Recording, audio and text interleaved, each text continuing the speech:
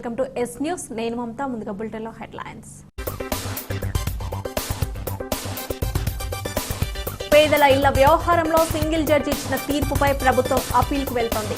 రాష్ట్ర హోంశాఖ మంత్రి మేకతోటి సుచరిత వెల్లడి.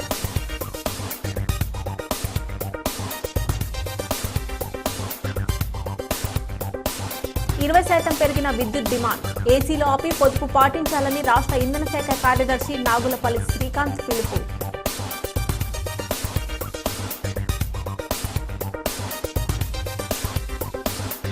వరుస సెలవులతో ఇంద్రకీలాద్రిపై భక్తుల రద్దీ. దుర్గమ్మని దర్శించుకున్న హోంమంత్రి సుచరిత.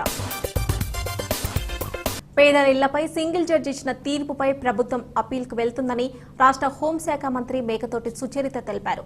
గతంలో ఎవరూ పేదలకు 1 సెంటు భూమి కూడా ఇవ్వలేదని తెలిపారు. రాష్ట్రంలో దాదాపు 30 లక్షల మందికి పైగా ఇళ్ల స్థలాలు ఇచ్చిన ఘనత రాష్ట్ర ముఖ్యమంత్రి వైఎస్ జగన్మోహన్ రెడ్డికే దక్కుతుందన్నారు. ప్రభుత్వ భూములు లేని చోట నేరుగా ప్రభుత్వమే భూమి కొనుగోలు చేసి పేదలకు ఇచ్చిందని పేర్కొన్నారు. ప్రతిపాడు నియోజకవర్గం పెదనందిపాడులో వైఎస్ఆర్ ఆసరా 2వ విడత చెక్కుల పంపిణీ కార్యక్రమంలో హోంమంత్రి మేకతోటి సుచరిత పాల్గొన్నారు. ఈ సందర్భంగా ఆమె మాట్లాడుతూ రాష్ట్ర ప్రభుత్వం మహిళల సంక్షేమాన్ని దృష్టిలో ఉంచుకొని అనేక కార్యక్రమాలు అమలు చేస్తుందన్నారు. వైఎస్ఆర్ ఆసరా పథకాన్ని మహిళలు సద్వినియోగం చేసుకుని ఉన్నతంగా ఎదగాలని ఆకాంక్షించారు. జగనన్న ఇళ్ల కాలనీల స్థలాలపై టీడీపీ నాయకులు వంకలు పెట్టడం సరైన పద్ధతి కాదని మండిపడ్డారు. ఇళ్ల స్థలాలు గృహాల నిర్మాణాలపై కొంతమంది మోకాలడ్డడం సిగ్గుచేటన్నారు. గ్రామీణ పట్టణ ప్రాంతాల్లో కనీసం సెంటు భూమి లేకుండా అనేక మంది ఇబ్బందులు పడుతున్నారని చెప్పారు. ప్రభుత్వం ఇప్పుడు ఇస్తున్న సెంటు భూమిలో నిర్మిస్తున్న ఇళ్లు సౌకర్యవంతంగా ఉంటున్నాయని లబ్ధిదారులే చెబుతున్నారని హోంమంత్రి పేర్కొన్నారు. మనం చూస్తే నిజంగా గ్రామీణ ప్రాంతాల్లో పట్టణ ప్రాంతాల్లో కూడా ఎన్నో సంవత్సరాల నుండి కనీసం 1 సెంటు భూమి కూడా లేకుండా దాదాపు ఒక పట్టణ ప్రాంతాల్లో అయితే చిన్న గదిలో ఉండాలంటే 5-6 వేల రూపాయలు అద్దెలు కట్టాల్సినటువంటి పరిస్థితిలో చాలామంది బాధపడుతూ ఉన్నారు. ఎప్పుడు ఎవరు కూడా 1 సెంటు భూమి కూడా ఇచ్చినటువంటి దాఖలాలు లేవు. మరి ఈరోజు 31 లక్షల మందికి ఈరోజు ఇళ్ల పట్టాలు ఇచ్చినటువంటి ఘనత గౌరవ ముఖ్యమంత్రి గారికి దక్కుతుంది.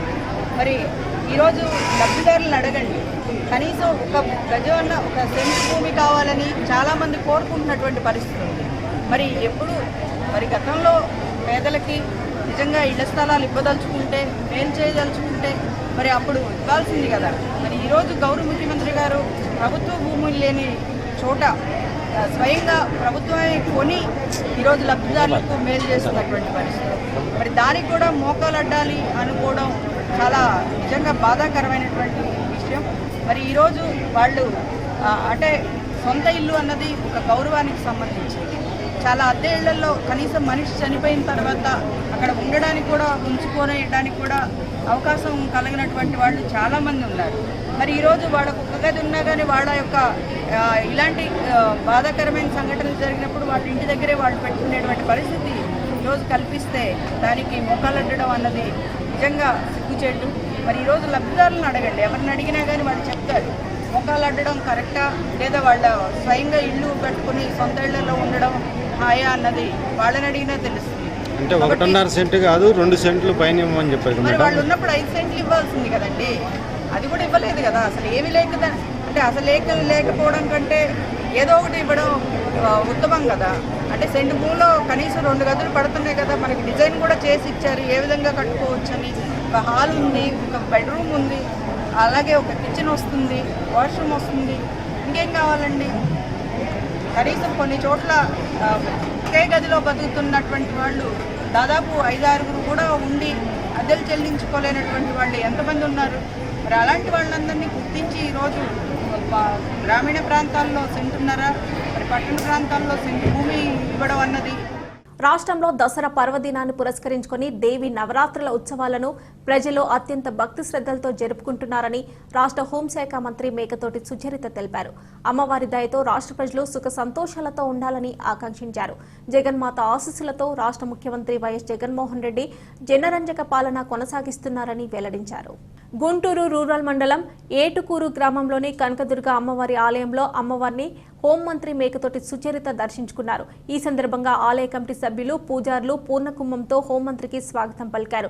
కనకదుర్గ అమ్మవారి గుడిలో జరిగిన ప్రత్యేక పూజా కార్యక్రమాల్లో హోం మినిస్టర్ సుచరిత పాల్గొన్నారు. ఈ కార్యక్రమంలో జీడీసీసీ బ్యాంక్ చైర్మన్ లాలూపురం రాము, గుంటూరు రూరల్ జెడ్పీటీసీ తుమ్మల సుబ్బారావు, మెట్టు వెంకటప్పారెడ్డి, రవిరాజ, ఆలయ కమిటీ సభ్యులు, ఇతర వైఎస్ఆర్సీపీ నాయకులు పాల్గొన్నారు.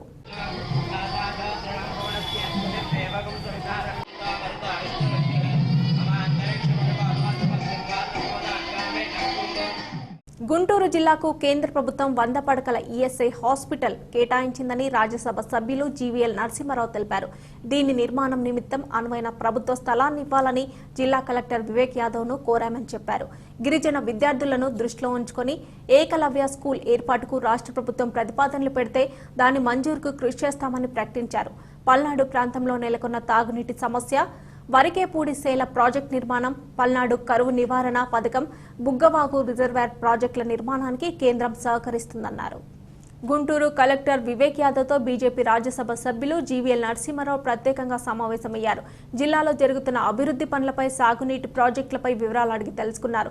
ఈ సందర్భంగా రాజ్యసభ సభ్యులు జీవీఎల్ నరసింహారావు మీడియాతో మాట్లాడుతూ 5-6 రోజులుగా గుంటూరు జిల్లాలో పర్యటించినట్లు తెలిపారు. ఇటీవల కేంద్ర వ్యవసాయ శాఖ మంత్రి నరేంద్ర తోమర్చే నర్సరావుపేట ప్రాంతానికి రైతు విజ్ఞాన కేంద్రాన్ని మంజూరు చేయించడం జరిగిందన్నారు. వీలైనంత తొందరగా రైతు విజ్ఞాన కేంద్రానికి అవసరమైన స్థలాన్ని కేటాయించమని కలెక్టర్ను కోరడం జరిగిందన్నారు.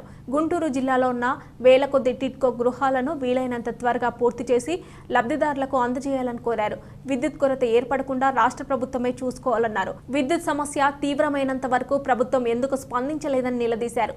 ఈ సమావేశంలో బీజేపీ జిల్లా అధ్యక్షులు పాటిబండ్ల రామకృష్ణ, రాష్ట్ర ఉపాధ్యక్షులు Ravela Kishore Babu, tobacco board chairman Yedlapati రఘునాథబాబులు, నర్సరావుపేట పార్లమెంట్ అధ్యక్షులు అమర సైదారావు, రాష్ట్ర కార్యదర్శి మాగంటి సుధాకర్ యాదవ్ తదితరులు పాల్గొన్నారు.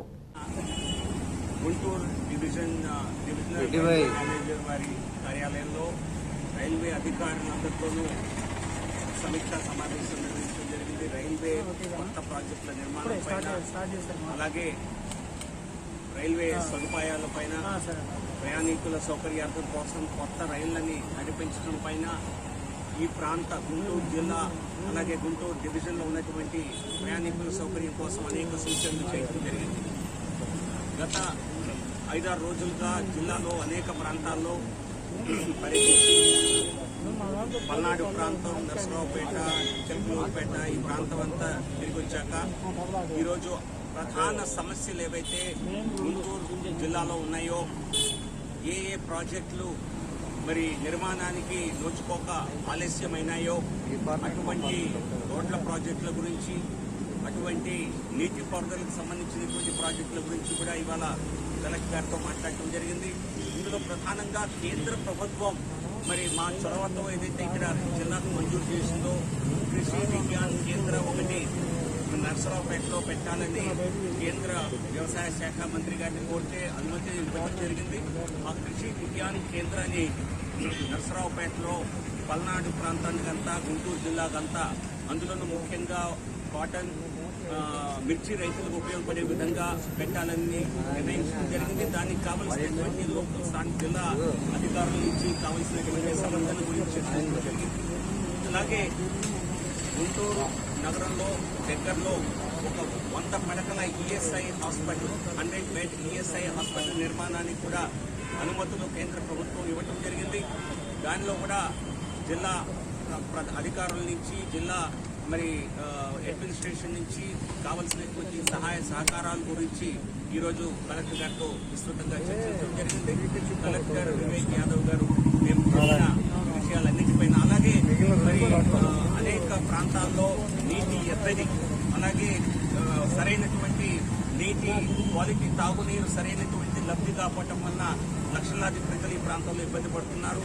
అందులో నేను స్వయంగా పల్నాడు ప్రాంతంలో మాచర్ల, గురజాల ఈ ప్రాంతాలన్నింటిలో పర్యటించి వచ్చాక వాటి గురించి కేంద్ర జలజీవన్ మిషన్ కింద ఈ ప్రాజెక్టుల నిర్మాణాన్ని త్వరగా చేపట్టాలని, దానికి కేంద్ర ప్రభుత్వం ఆల్రెడీ నిధులు మంజూరు చేసిందని వారికి తెలియజేయడం జరిగింది. అలాగే వరికెపూడి సేల లిఫ్ట్ ఇరిగేషన్ ప్రాజెక్టుని త్వరగా ఇంప్లిమెంట్ చేయాలని, దానికి కావలసిన సహాయ సహకారాలు కేంద్రం నుంచి లభించేలా నా వంతు కృషి చేస్తానని. సంపత్ నగర్ శారదా శృంగేరి మఠంలో శారదా శరన్నవరాత్రి మహోత్సవాలు వైభవోపేతంగా కొనసాగుతున్నాయి. ఈ ఉత్సవాల్లో భాగంగా ప్రతిరోజు ఉదయం సువాసినీలచే సామూహిక కుంకుమార్చనలు ఆధ్యాత్మిక పరిమళాల నడుమ శాస్త్రోక్తంగా కొనసాగుతున్నాయి. శృంగేరి మఠంలో శారద శరన్నవరాత్రి మహోత్సవాలు ప్రతి సంవత్సరం అంగరంగ వైభవంగా కొనసాగుతాయని ఆలయ వేద పండితులు నరసింహాచార్యులు తెలిపారు. అలాగే అమ్మవారికి 9 రోజుల పాటు విశేష పూజలు ఉంటాయని వివరించారు. ప్రతిరోజు సాయంత్రం అమ్మవారి రథోత్సవం నేత్రపర్వంగా కొనసాగుతుందని వెల్లడించారు. అదేవిధంగా పలు సాంస్కృతిక కార్యక్రమాలు కూడా ఆలయంలో కొనసాగుతున్నాయని పేర్కొన్నారు.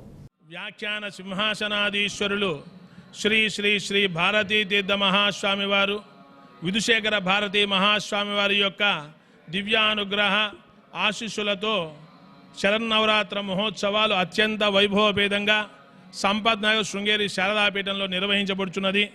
ప్రతిరోజు కూడా ఉదయం పూట గురు ప్రార్థన, అనేక మహామంత్ర అనుష్ఠానాలు, సప్తశతి పారాయణ, శ్రీవిద్య పారాయణ కార్యక్రమం, 4 గంటల నుంచి కూడా శ్రీచక్ర నవావరణ అర్చన, ఉదయం పూట 10:30 గంటలకు సామూహికంగా సువాసినీల చేత లలితా సహస్రనామ కుంకుమార్చన కార్యక్రమం, సాయంత్రం 4:30 గంటల నుంచి ఋత్వికుల చేత కూడా 1,00,000 కుంకుమార్చన కార్యక్రమాలు, 7:30 గంటలకు అమ్మవారి ఆలయంలో స్వర్ణ రథోత్సవం అత్యంత వైభవవేతంగా నిర్వహించబడుచున్నది.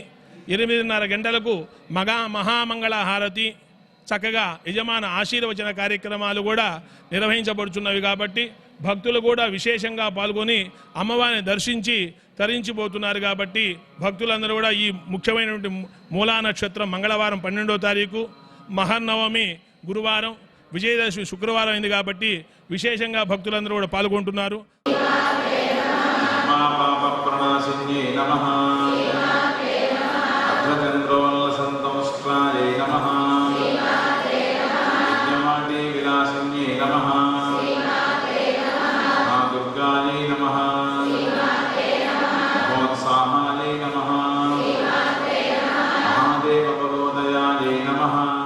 ఆర్ అగ్రహారం కన్యక పరమేశ్వరి అమ్మవారి దేవస్థానంలో 100వ దేవి నవరాత్రుల మహోత్సవాలు ఆధ్యాత్మిక పరిమళాల నడుమ శాస్త్రోక్తంగా కొనసాగుతున్నాయి.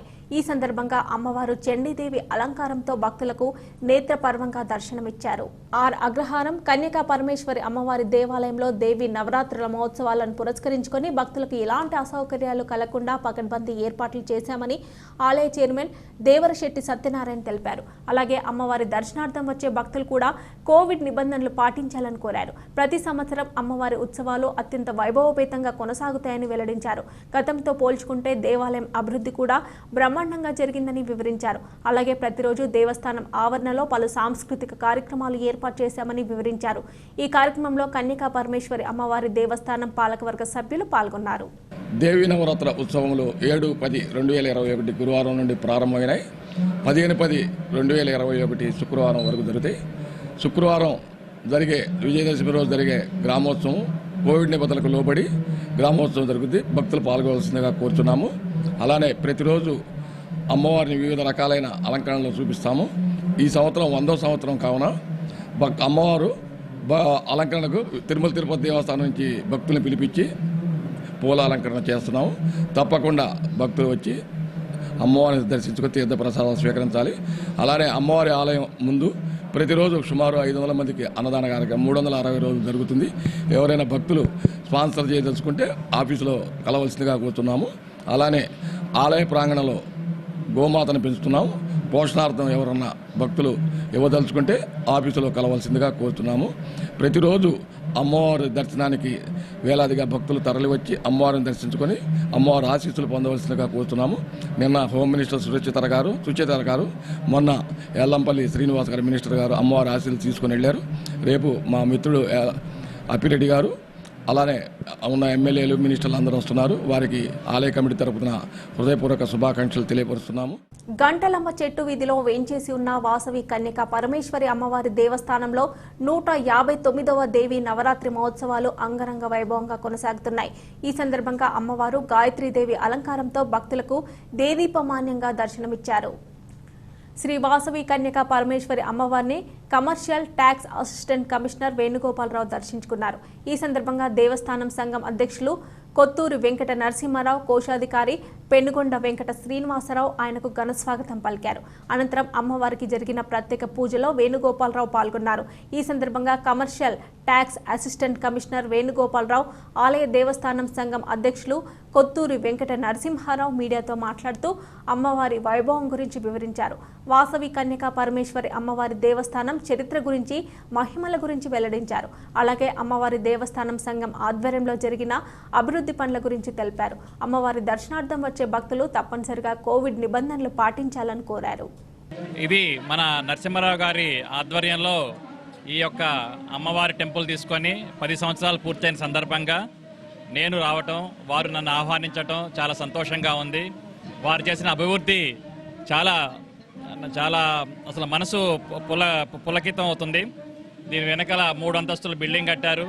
అమ్మవారికి బంగారు చీర, అష్టలక్ష్మి విగ్రహాలు, అన్ని బంగారు ఆభరణాలు, బంగారు కిరీటం చేశారు. అమ్మవారికి పూజ అలంకరణ కూడా తిరుమల తిరుపతి దేవస్థానం నుంచి వచ్చిన అలంకారం చేసి అతనే వచ్చి చేస్తున్నాడు. ఎంతో చూడమచ్చడుగా కన్నులారా ఏదో పండగలాగా పండగ వాతావరణంలాగా ఎంతో ఆనందంగా ఉంది. ఎంతో ఆధ్యాత్మిక భావన కలుగుతుంది. ఇక్కడికి వచ్చిన తర్వాత చాలా పవిత్రంగా ఉంది ప్రదేశం. ఈరోజు అమ్మవారి యొక్క ఫేస్ కానీ అలంకరణ కానీ చూస్తే నిజంగా నిజస్వరూపమైన అమ్మవారిని చూస్తున్నట్టే మనకి భావం కలుగుతుంది. నాకైతే కళ్ళలో నీళ్లు తిరిగి ఆనంద బాష్పాలు వచ్చినాయి. గుంటూరు గంటలమ్మ చెట్టు వీధిలో వేంచేసి ఉన్న శ్రీ వాసవి కన్యకా పరమేశ్వర దేవస్థానం అతి పురాతనమైనది. ఈ సంవత్సరం 159వ సంవత్సరం అమ్మవారి దేవి నవరాత్రుల్లో భాగంగా 3వ రోజు గాయత్రీదేవి అలంకారంతో అమ్మవారు విరాజిల్లుతున్నారు.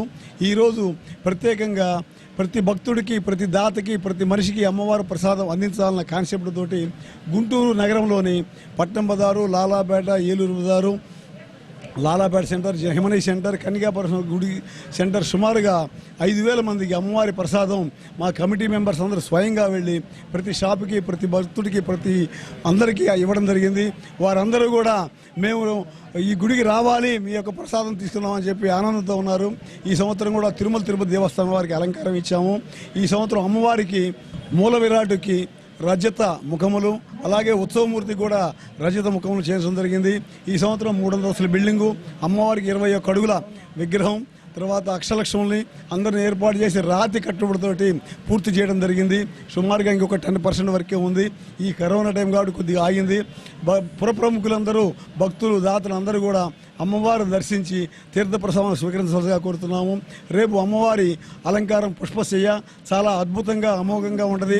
కాబట్టి ఈ అవకాశాన్ని రేపు ఆదివారం కాబట్టి భక్తులు రేపు సుమారు 11-12 గంటల దాకా కూడా అమ్మవారి అలంకరణ ఉంటుంది. కాబట్టి ఉదయం 9 గంటలకు కుంకుమ పూజలు జరుగుతున్నాయి. దాతలందరూ వచ్చి ఏ రోజు మీ యొక్క శాస్త్ర పూజలు ఉన్నా కూడా ఉదయం 9 గంటలు, ఈ 9 రోజులు ఎప్పుడైనా చేసుకోవచ్చు. కాబట్టి ఈ అవకాశాన్ని మాకు ఇచ్చిన అమ్మవారికి కృతజ్ఞత తెలియపరచుకుంటున్నాము.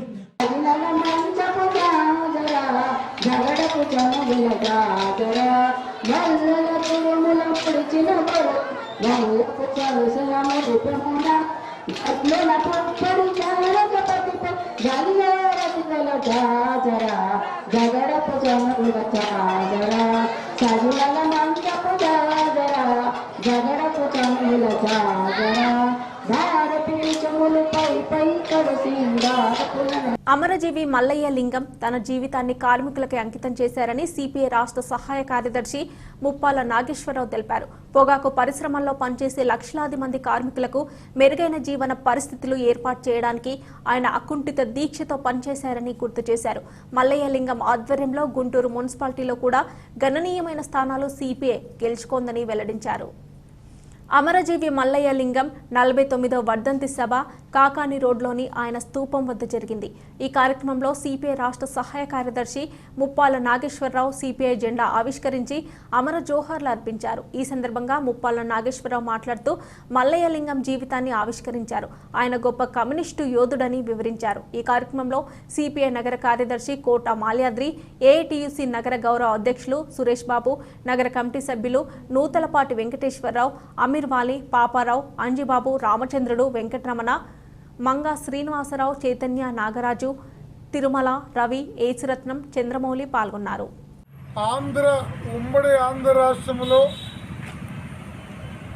ఒక ప్రత్యేక గుర్తింపు కలిగినటువంటి కార్మిక నాయకునిగా పొగాకు పరిశ్రమలో పనిచేసే లక్షలాది మంది కార్మికులకు మెరుగైన జీవన పరిస్థితుల్ని ఏర్పాటు చేయడానికి అకుంఠిత దీక్షతో పనిచేసినటువంటి వ్యక్తి. ఆనాడు వారి టీం కామెడి మల్లలింగం గారు, కామెడి గణపతి నాగ్ గారు, కామెడి జీవి కృష్ణారావు గారు, కామెడి గోగినేని సూర్యం గారు, అలాగే కోట వెంకటేశ్వర్లు గారు, మాలకొండయ్య గారు, ఇంకా ఇతర తుపాకు వెంకటేశ్వర్లు గారు, వీరందరూ కూడా ఒక బలమైన కమ్యూనిస్ట్ పార్టీ నగరంలో ఉండేది. అనేక పేటల్లో బలమైన పార్టీ శాఖలు ఉండేవి.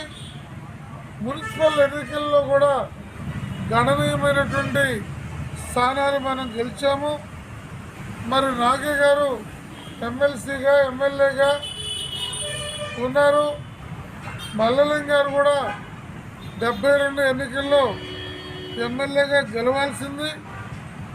అలాంటి పరిస్థితులు ఉన్న రోజులవి. కానీ కాబట్టి మల్లలింగం గారు పెద్ద వయస్సు రాకముందే క్యాన్సర్ వ్యాధితో చనిపోయిన పరిస్థితి. విజయవాడ కనకదుర్గమ్మని హోంమంత్రి మేకతోటి సుచరిత కుటుంబ సమేతంగా దర్శించుకున్నారు. రాష్ట్ర ప్రజలందరికీ అమ్మవారి ఆశీస్సులు కలగాలని ప్రార్థించినట్లు హోంమంత్రి తెలిపారు. కరోనా కారణంగా గత 2 సంవత్సరాలు దసరా వేడుకలను ఘనంగా జరుపుకోలేకపోయామని పేర్కొన్నారు. భక్తులు సమన్వయం పాటిస్తూ అమ్మవారిని దర్శించుకోవాలని హోంమంత్రి సుచరిత సూచించారు. విజయవాడ కనకదుర్గమ్మని హోంమంత్రి మేకతోటి సుచరిత కుటుంబ సమేతంగా దర్శించుకున్నారు. రాష్ట్ర ప్రజలందరికీ అమ్మవారి ఆశీస్సులు కలగాలని ప్రార్థించినట్లు హోంమంత్రి తెలిపారు. కరోనా కారణంగా గత 2 సంవత్సరాలు దసరా వేడుకలను ఘనంగా జరుపుకోలేకపోయామని పేర్కొన్నారు. భక్తులు సమన్వయం పాటిస్తూ అమ్మవారిని దర్శించుకోవాలని హోంమంత్రి సుచరిత సూచించారు. మరి ఎంతో కనుల పండుగగా రాష్ట్ర వ్యాప్తంగా జరుగుతున్నటువంటి విజయదశమి వేడుకల్లో భాగంగా ఈరోజు కనకదుర్గ ఆలయంలో శ్రీ లలిత త్రిపుర సుందరి అవతారంలో ఈరోజు అమ్మవారు దర్శనం ఇవ్వడం జరుగుతూ ఉంది. మరి ఇంత గొప్ప పర్వదినంలో పాల్గొనడం చాలా సంతోషంగా ఉంది. మరి మహిళ శక్తి స్వరూపిణిగా ఎన్నో యుగయుగాల నుండి మనం కొలుచుకుంటూ ఉన్నాం. ఈరోజు ఆంధ్ర రాష్ట్రంలో మహిళా శక్తిని గుర్తించి మరి ఈరోజు అనేక సంక్షేమ కార్యక్రమాల్లోనే కాకుండా నామినేటెడ్ పదవుల్లో కానివ్వండి, ఈరోజు నామినేటెడ్ పోస్టుల్లో కానివ్వండి, అదేవిధంగా ఈరోజు స్థానిక సంస్థల్లో కూడా 50% పైబడి మహిళలకు అవకాశం కల్పిస్తున్నారు గౌరవ ముఖ్యమంత్రి గారు. అలాంటి సంక్షేమ పాలన కలకాలం చల్లగా చూడాలని మనస్ఫూర్తిగా కోరుకోవడం జరిగింది. మరి మనం చూస్తూ ఉన్నాం, గత 2 సంవత్సరాలుగా రాష్ట్ర వ్యాప్తంగా సమృద్ధిగా వర్షాలు కురవడం, అదేవిధంగా డ్యామ్లన్నీ కూడా నిండినటువంటి పరిస్థితి. రాబోయేటువంటి రోజుల్లో కూడా ఆ చల్లని తల్లి దీవెనలతో రాష్ట్రం సస్యశ్యామలంగా ఉండాలని చెప్పి మన గత 2 సంవత్సరాలుగా మనం భయపడినటువంటి కరోనా నేపథ్యంలో మన 2 సంవత్సరాలు అంటే లాక్డౌన్ వలన మనం సోషల్ డిస్టెన్సింగ్ వలన కానివ్వండి మనం ఘనంగా వేడుకలు జరుపుకోలేకపోయాం. మళ్ళీ అమ్మవారి కటాక్షంతో ఈ సంవత్సరం మళ్ళీ తిరిగి వేడుకలు పెద్ద ఎత్తున ప్రారంభమవడం సంతోషం. మరి ఈరోజు 2000 మంది పోలీస్ సిబ్బందితో 1000 మంది పారిశుద్ధ్య కార్మికుల సహాయ సహకారాలతో ఇక్కడ అంతా కూడా చాలా సవ్యంగా నిర్వహిస్తూ ఉన్నారు. ప్రత్యేకించి మన ప్రిన్సిపల్ సెక్రటరీ గారు, వాణిమోహన్ గారు, కమిటీ చైర్మన్ గారు, కమిటీ సభ్యులు అందరూ ఉండి ఈ వేడుకలు నిర్వహించుకుంటూ మరి ఎక్కడ ఎవరికి ఏ ఇబ్బంది కలగకుండా చూసుకుంటూ ఉన్నందుకు చాలా సంతోషం. రాష్ట్రంలో విద్యుత్ డిమాండ్ సరఫరాల మధ్య అంతరం కారణంగా విద్యుత్ పొదుపు పాటించాలని రాష్ట్ర ఇంధన శాఖ కార్యదర్శి నాగులపల్లి శ్రీకాంత్ తెలిపారు. విద్యుత్ వినియోగదారులు సాయంత్రం 6 గంటల నుంచి రాత్రి 10 గంటల వరకు ఏసీల వాడకాన్ని నిలిపివేయాలని కోరారు. భవిష్యత్తులో ఇంధన సర్దుబాటు ఛార్జీల భారం పడకుండా ఉండేందుకే ఈ సూచన చేస్తున్నట్లు తెలిపారు. బొగ్గు కొరత కారణంగా దేశవ్యాప్తంగా విద్యుత్ ఉత్పత్తికి అంతరాయం కలుగుతుందన్నారు. గత ఏడాదితో పోల్చితే రాష్ట్రంలో విద్యుత్ డిమాండ్ 20% మేర పెరిగిందన్నారు. రాష్ట్రంలో విద్యుత్ డిమాండ్ సరఫరాల మధ్య అంతరం కారణంగా విద్యుత్ పొదుపు పాటించాలని రాష్ట్ర ఇంధన శాఖ కార్యదర్శి నాగులపల్లి శ్రీకాంత్ తెలిపారు. విద్యుత్ వినియోగదారులు సాయంత్రం 6 గంటల నుంచి రాత్రి 10 గంటల వరకు ఏసీల వాడకాన్ని నిలిపివేయాలని కోరారు. భవిష్యత్తులో ఇంధన సర్దుబాటు ఛార్జీల భారం పడకుండా ఉండేందుకే ఈ సూచన చేస్తున్నట్లు తెలిపారు. బొగ్గు కొరత కారణంగా దేశవ్యాప్తంగా విద్యుత్ ఉత్పత్తికి అంతరాయం కలుగుతుందన్నారు. గత ఏడాదితో పోల్చితే రాష్ట్రంలో విద్యుత్ డిమాండ్ 20% మేర పెరిగిందన్నారు. బొగ్గు ఆధారిత ప్లాంట్లు ఎందుకు ఎక్కువ మనం పీపీఐలు తీసుకోలేదు, అదనంగా బొగ్గు ఆధారిత ప్లాంట్లు తీసుకుని మనం ముందుకెళ్ళొచ్చు కదా అన్న ఒక ప్రశ్న రావచ్చు. కాకపోతే మనకి సోలార్ కానీ లేకపోతే విండ్ కానీ ఎక్కువ ప్రమోట్ చేయాలనే ఉద్దేశంతో గత కొంతకాలంగా 1-2 సంవత్సరాలుగా ఎటువంటి బొగ్గు ఆధారిత ప్లాంట్లకి కూడా మనము కాంట్రాక్ట్లు ఎంటర్ అవ్వలేదు. ఎందుకంటే దాదాపు మనకి 8,000 మెగావాట్లు మన చేతిలో సోలార్ అండ్ విండ్ ఉంది కాబట్టి అది వచ్చినప్పుడు మనం ఖచ్చితంగా తీసుకోవాలనే ఉద్దేశంతో అది తీసుకుని అది లేని సమయంలో మనం మార్కెట్ మీద ఆధారపడుతూ వస్తున్నాం. ఎందువల్లంటే మనకి బొగ్గు ప్లాంట్ ఒక్కోసారి సంతకం పెడితే 25 ఏళ్ల వరకు దాని మీద ఫిక్స్డ్ ఛార్జీలు కట్టాల్సిన పరిస్థితి వస్తుందన్న ఉద్దేశంతో ఎప్పుడైతే మనకి పవన విద్యుత్ కానీ లేకపోతే సౌర విద్యుత్ కానీ అందుబాటులో లేకపోతే, మేఘాలు వచ్చినా లేకపోతే గాలి వీయకపోయినా మనకి లోటు వస్తుంది. ఆ లోటు మనం మార్కెట్ నుంచి పూడ్చుకుంటూ వస్తూ ఉన్నాము ఎప్పటికప్పుడు. ఆ విధంగా మనకున్న తక్కువ డబ్బుతో మనకున్న వనరులతో మనము సరఫరా చేయడం జరుగుతూ ఉంది. కాకపోతే మన జెన్కో యూనిట్లు దాదాపు 80 మిలియన్ యూనిట్ల వరకు రోజు ఉత్పత్తి చేసే సామర్థ్యం ఉంటుంది. కానీ మనం 40 మిలియన్ యూనిట్లు 45 మిలియన్ యూనిట్లు ప్రతిరోజుకి మించి చేయలేకపోవడం జరుగుతూ ఉంది. దానికి ప్రధాన కారణం మనకి బొగ్గు అందుబాటులో లేకపోవడం వల్ల. వార్తలు ముగించే ముందు హెడ్లైన్స్ మరోసారి. పేదల ఇళ్ల వ్యవహారంలో సింగిల్ జడ్జి ఇచ్చిన తీర్పుపై ప్రభుత్వం అప్పీల్కు వెళ్తోంది. రాష్ట్ర హోంశాఖ మంత్రి మేకతోటి సుచరిత వెల్లడి.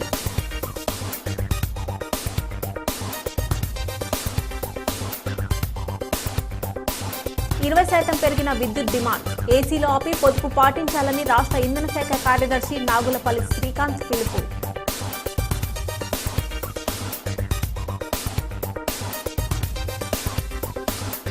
వరుస సెలవులతో ఇంద్రకీలాద్రిపై భక్తుల రద్దీ, దుర్గమ్మను దర్శించుకున్న హోంమంత్రి సుచరిత. ఈ వార్తలు ఇంతటితో సమాప్తం. తిరిగి ప్రసారమయ్యే ఎస్ న్యూస్ లో మళ్ళీ కలుసుకుందాం. అంతవరకు సెలవు. నమస్కారం.